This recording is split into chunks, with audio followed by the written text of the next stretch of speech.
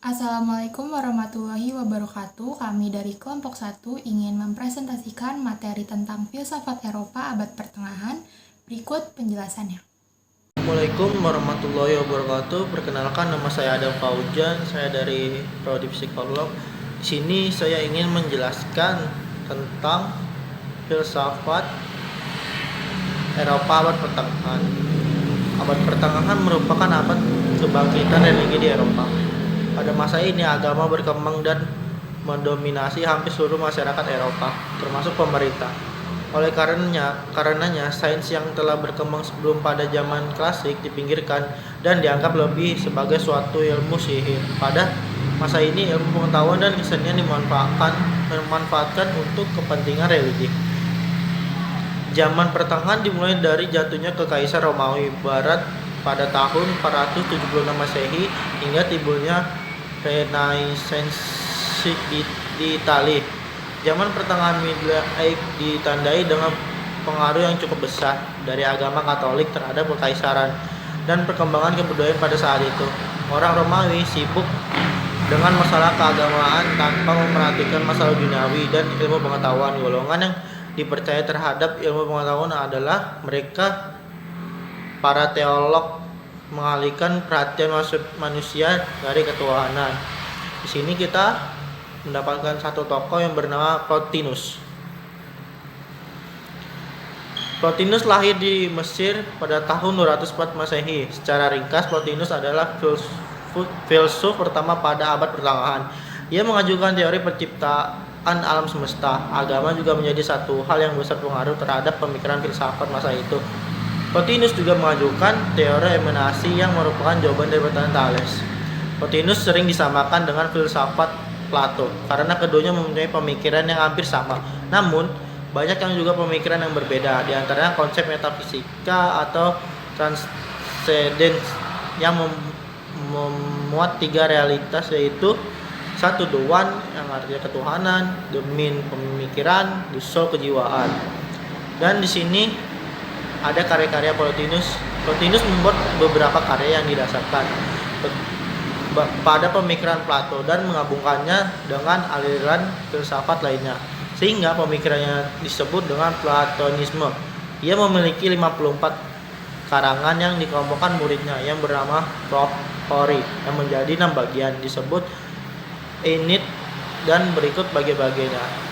Enid yang pertama berisi seputar kebaikan, kebahagiaan, kejahatan, etika, dan masalah kehidupan. Pada unit kedua berisi tentang sirkulasi gerakan binatang-binatang, fisik alam semesta, aktualitas dan potensialitas, kualitas dan bentuk, kritik terhadap gnotisme. Pada unit yang ketiga berisikan implikasi filsafat tentang dunia, seperti kuasa Tuhan, kekekalan masalah iman, waktu, dan tanaman alam. Pada unit keempat berisi tentang fungsi jiwa dan sifat. Pada unit kelima berisi tentang roh ketuhanan. Pada unit keenam berisi tentang free will dan ada yang menjadi realis. Pemikiran Plotinus percaya terhadap tiga hal, yaitu yang esa, intelektual, dan jiwa. Dalam pemikirannya, ia mengombinasikan secara praktis dan ajaran mistis yang berpengaruh pada teologi Kristen. Tujuan dari filsafatnya yaitu untuk membantu siswanya menjatuh pada yang esa dengan cara kontemplasi. Sekian itu saja dari saya. Maaf jika ada salah kata. Wassalamualaikum warahmatullahi wabarakatuh. Bismillahirrahmanirrahim. Nama saya Nurul Rizky. Saya dari kelompok 1. Saya akan menjelaskan tentang tokoh filsafat abad pertengahan, yaitu Augustinus.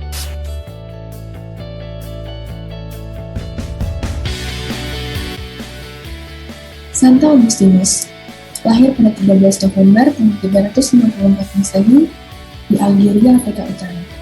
Ia dibesarkan dan dididik di Kartago, lalu dibaptis di Italia. Ibunya Santa Monica merupakan pengabat Katolik yang saleh, sementara ayahnya Patricius merupakan seorang kafir. Dia merupakan seorang yang cerdas. Pendidikan dan karir awalnya ditempuh dalam bidang filsafat, retorika, seni persuasi, dan bicara di depan publik. Saat umur 19 tahun, Ia bersama temannya, Alypius, pergi ke Roma, Italia untuk mempelajari retorika, karena menurutnya disanalah tempat retorika yang cerdas. Namun berujungnya ditunjuknya Agustinus menjadi dosen di kerajaan Milano karena kurang beruntuknya pendidikan di sana. Karya-karya Agustinus antara lain karya apologetik dalam melawan bidah Arianisme, Manichaeanisme, Donatisme, dan Pelagianisme. The City of God yang berisi pembelaan terhadap kaum Kristen atas tuduhan penduduk Roma telah dikutuk oleh dewa, Convention yang berisi tentang pengakuan-pengakuan Agustinus, On Christian Doctrine, Soliloquies, dan Enchiridion. Inti filsafat Agustinus adalah keyakinan bahwa hanya melalui iman, kearifan dapat dipenuhi. Dia melihat filsafat dan agama sebagai pencarian atas hal yang sama, yakni kebenaran. Filsuf tanpa agama tidak akan mencapai kebenaran tertinggi. Meskipun hal saja dapat mencapai kebenaran, namun menurut Agustinus, pemikiran rasional harus melayani agama. Assalamualaikum warahmatullahi wabarakatuh. Perkenalkan, nama saya Muza Fatimah Tuzara. Saya akan menjelaskan tokoh abad pertengahan yang bernama Boethius. Siapakah Boethius itu? Anicius Manlius Severinus Boethius adalah seorang filsuf Romawi. Ia lahir di kota Roma sekitar tahun 480. Boethius pernah menjabat sebagai seorang pejabat tinggi di bawah pemerintahan Kaisar Theodoric. Ia dituduh sebagai pengkhianat lalu dibuang ke tempat pengasingan. Akhirnya Boethius dihukum mati pada tahun 525. Karya Boethius. Ada banyak sekali karya yang dihasilkan oleh seorang Boethius. Ia selalu menuangkan hasil pikirannya melalui tulisan. Di antara banyaknya karya Boethius, yang paling populer adalah tentang penghiburan dari filsafat. Hasil tulisannya selama ada di pengasingan. Tidak hanya mengenai filsafat dan Tuhan saja, Boethius juga menulis banyak karya lain.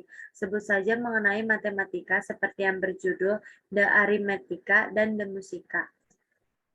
Roda Boethius. Dalam istilah roda Boethius atau The Boethian Wheel, yang merupakan sebuah konsep mengenai sejarah yang diibaratkan sebuah roda.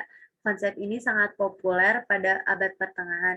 Dikatakan bahwa selama roda masih berputar, mereka yang berkuasa dengan harta yang banyak bisa saja menjadi debu, dan sebaliknya, orang miskin dan orang-orang yang kelaparan memiliki kesempatan untuk bangkit dan menjadi lebih baik. Karena adanya konsep ini, kemudian banyak menjadi inspirasi menjadi relik-relik seni yang menggambarkan jatuh dan bangun manusia dalam kehidupan. Apabila Anda memiliki ketertarikan untuk mencari tahu mengenai roda Boethius tersebut, bisa ditemukan dalam buku yang berjudul Abad Pertengahan, Romance of the Rose sampai dengan Chaucer. Penghormatan terhadap Boethius. Setelah kematiannya, Boethius diangkat menjadi martir oleh Roman Martyrology.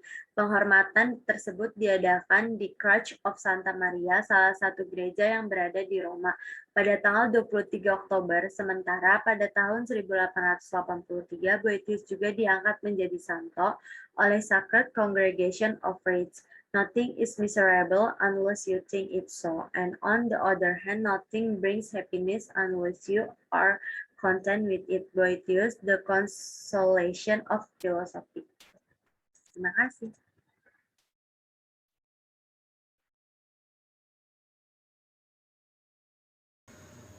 Assalamualaikum warahmatullahi wabarakatuh. Nama saya Rizka Berliana Putri dengan NIM 0603521049. Berikut merupakan pemikiran Anselmus. Anselmus yang lahir pada tahun 1033 dan wafat pada tahun 1109 adalah seorang teolog dan filsuf yang hidup pada abad pertengahan. Ia adalah seorang yang sangat terkemuka di antara pemikir-pemikir skolastik. Anselmus dilahirkan pada tahun 1033 di Aosta, Italia. Sebagai orang muda di zamannya, ia berpetualang ke seluruh wilayah utara setelah menolak keinginan ayahnya agar ia belajar ilmu politik dan terjun dalam perpolitikan. Pada tahun 1059, ia memutuskan pergi ke biara Benediktin di Bec, Normandia Tengah. Anselmus memiliki minat yang tinggi pada teologi dan filsafat. Kemudian ia dikenal karena argumen pembuktian adanya Allah. Pada 1060 ia menjadi lebih akrab dengan lingkungan studi di biara di Beck. Pada usia 27 tahun ia putuskan menjadi biarawan di Beck. Dan sejak 1063 ia praktis menjadi guru dan penasihat biara, karena Lanfranc pindah sebagai abbas di Prancis. Karya-karya utama Anselmus yang pertama ada Monologion, sebuah karya meditatif tentang esensi ilahi termasuk tema yang sangat ia gemari. Yang kedua ada Prosologion, ditulis antara tahun 1077. Sekitar tahun 1085, dua karya tersebut telah dikenal di Prancis, Inggris, dan Roma. Argumennya dalam Prosologion ditanggapi oleh Gaunilo, seorang biarawan dari luar Marmoutier, sehingga mereka terlibat debat. Bukti adanya Allah menurut Anselmus dimulai dengan hal-hal sederhana seperti ada banyak sekali hal yang tidak terbatas. Dengan hal ini Anselmus ingin menyampaikan bahwa daya pikir manusialah yang terbatas dan hanya bisa memahami hal-hal yang mendasar saja. Cara yang kedua tidak jauh berbeda dengan yang sebelumnya. Anselmus mengatakan bahwa apa yang manusia pikirkan mengenai Allah itu tidak sebesar apa yang sebenarnya ada.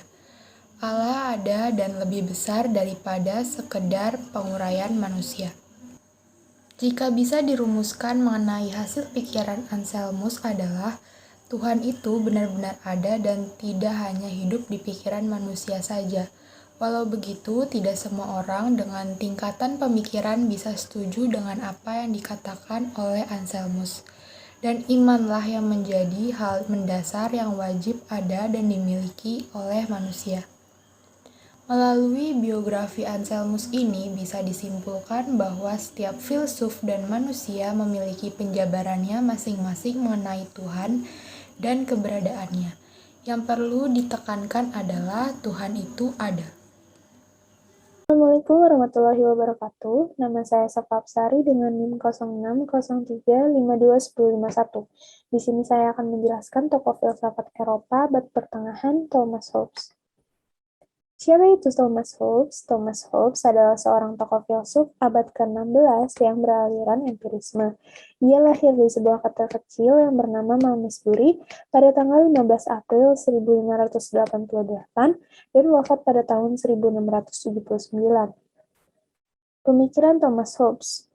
Pemikiran Thomas Hobbes ada empirisme, materialisme, kemandirian filsafat, manusia, teori kontrak sosial, dan politik. Di sini saya akan membahas dua pemikiran Thomas Hobbes. Yang pertama, negara. Pemikiran Hobbes mengenai negara terdapat di dalam karya besarnya yang berjudul Leviathan.